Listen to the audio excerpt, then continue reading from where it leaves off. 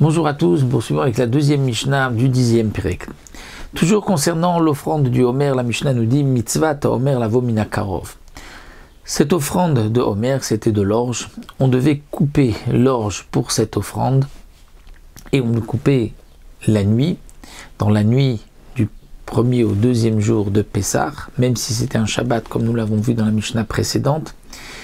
Mais on apportait mina karov, c'est-à-dire du champ d'orge le plus proche du Beth Amikdash. Pourquoi? Parce qu'il y a une notion qui, comme nous dit le Barthénora, en ma'avirim ala mitzvot, c'est-à-dire on ne passe pas devant les mitzvot. Lorsque on sort de Yerushalayim pour aller couper le Homer, le premier champ qui se trouve devant nous, c'est celui-là qu'on va couper. Pourquoi aller vers un autre champ alors qu'on a le premier devant nous? Si on le laisse, donc on laisse d'une certaine manière, on est ma'avir, on laisse la mitzvah, on passe devant cette mitzvah pour aller plus loin, et ça, nous ne pouvons pas. Lorsque une mitzvah se présente à nous, nous devons la faire tout de suite, en premier.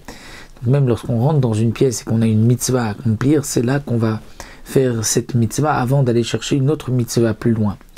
Maintenant, la Mishnah nous dit, le Bicher Akarov Yerushalayim, si le champ qui était proche d'Yerushalayim n'était pas encore mûr, alors Mevim Oto Mikol Makom, on pouvait apporter l'orge de n'importe quel endroit. Maaseh Sheba Migagot Serifin, une fois aussi, l'orge est venue de cet endroit appelé Gagot Serifin, c'était un endroit qui était loin de Yerushalayim, et les Shte Alechem, les deux pains de Shavuot, qui étaient faits, comme nous le verrons par la suite, de blé, parfois c'était apporté Bikat En Socher, une fois, donc c'était apporté de cet endroit, Bikat En Socher, qui était loin de Yerushalayim, parce que l'ennemi, les armées de l'époque avaient détruit tous les champs autour de Yerushalayim. Donc le premier champ d'orge qu'on avait, c'était à Gagot Srifim, mais le premier champ de blé, c'est Bikat En Socher.